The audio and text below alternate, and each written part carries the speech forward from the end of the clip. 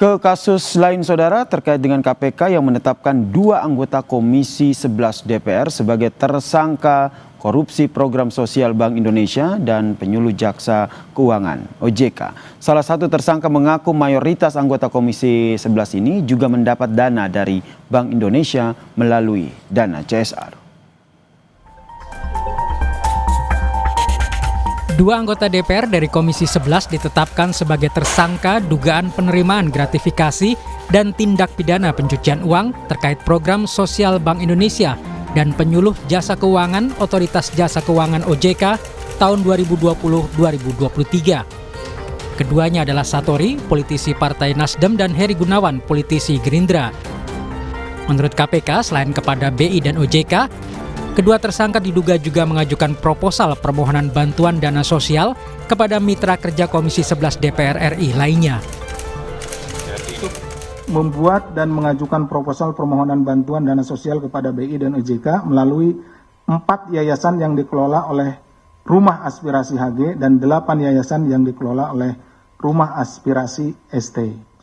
Bahwa pada periode tahun 2021 sampai dengan 2023, yayasan-yayasan dikelola oleh HG dan ST telah menerima uang dari mitra kerja Komisi 11 DPR RI, namun tidak melaksanakan kegiatan sosial sebagaimana dipersyaratkan dalam proposal permohonan bantuan dana sosial. Satori diduga menerima total 12,5 miliar rupiah, sedangkan Heri Gunawan menerima 15 miliar lebih.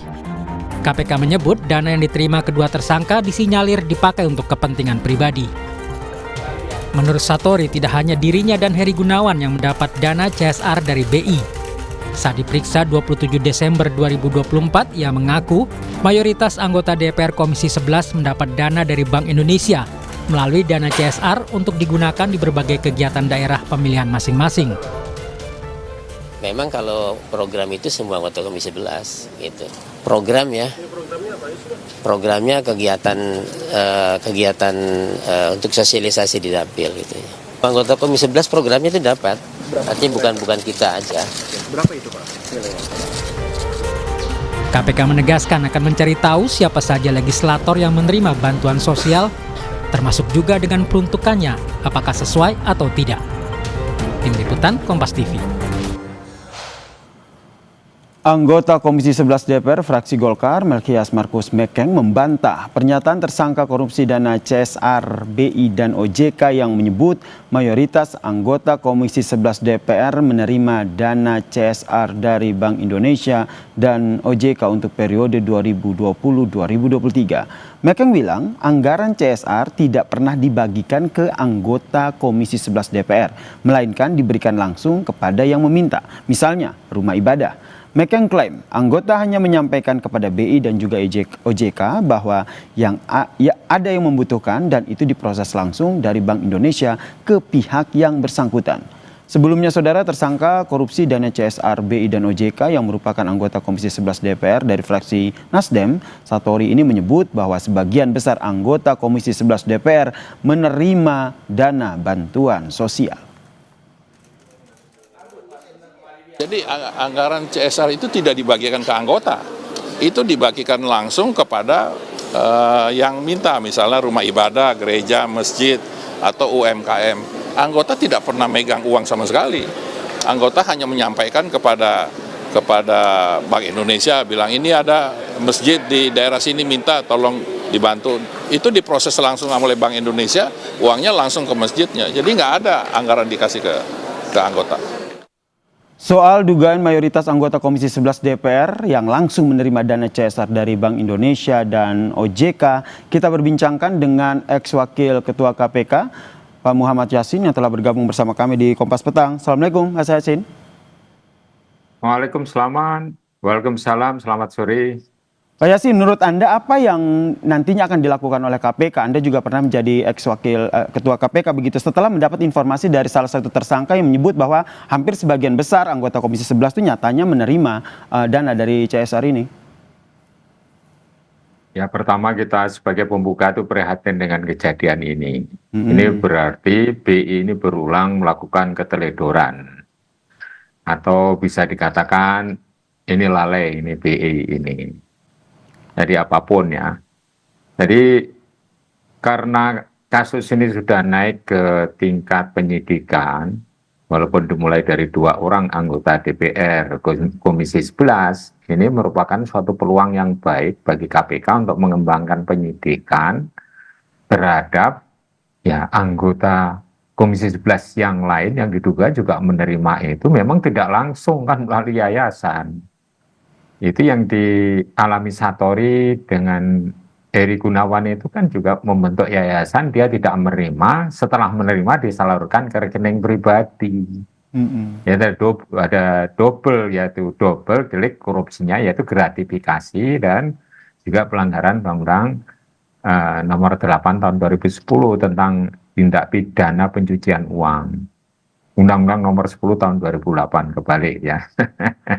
Jadi ini peluang bagi KPK untuk mengembangkan penyidikan. Bagi BI yang diduga tidak punya spesifik aturan yang mengatur tentang penyaluran CSR yang bukan terhadap lembaga perbankan. Kalau yang pengawasannya kan melalui makroprudensial ya, banking lah dari BI itu, yaitu memastikan bahwa bank-bank yang diberikan katakanlah amanah untuk menyalurkan CSR itu harus tepat lah gitu. Itu mengandalkan itu aja. Jadi pengawasannya secara makro.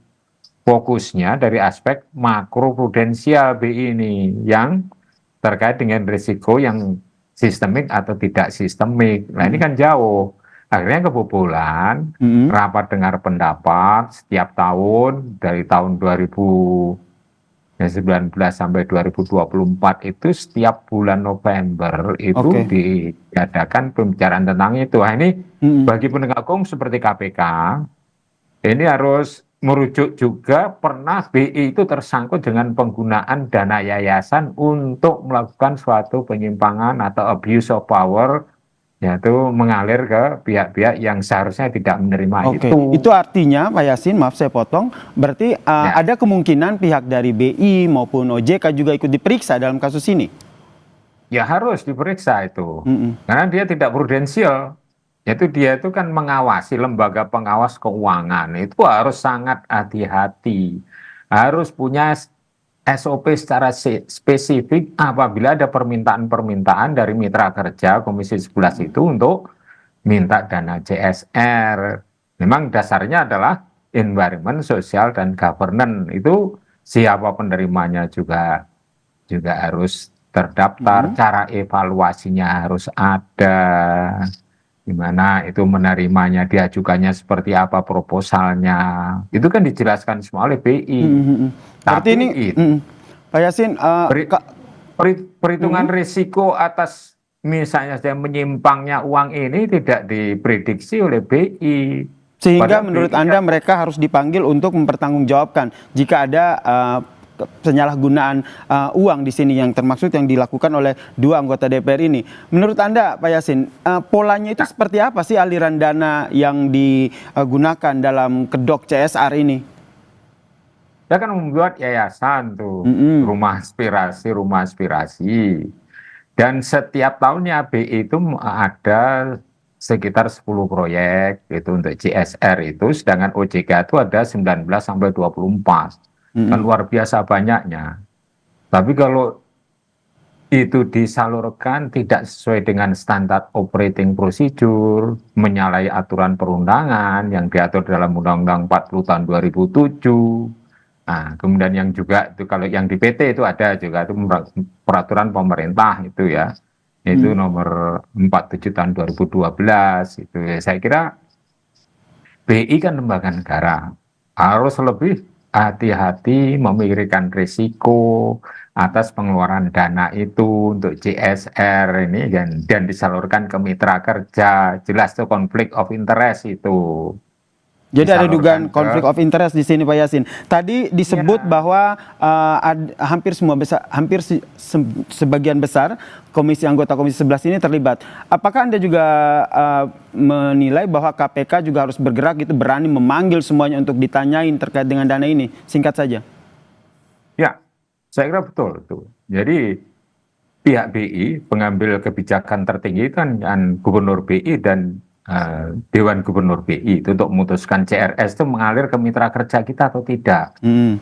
Nyatanya kan yayasan-yayasan itu adalah milik dari individu Komisi 11 yang merupakan mitra kerjanya. Itu harus dipetakan risikonya juga.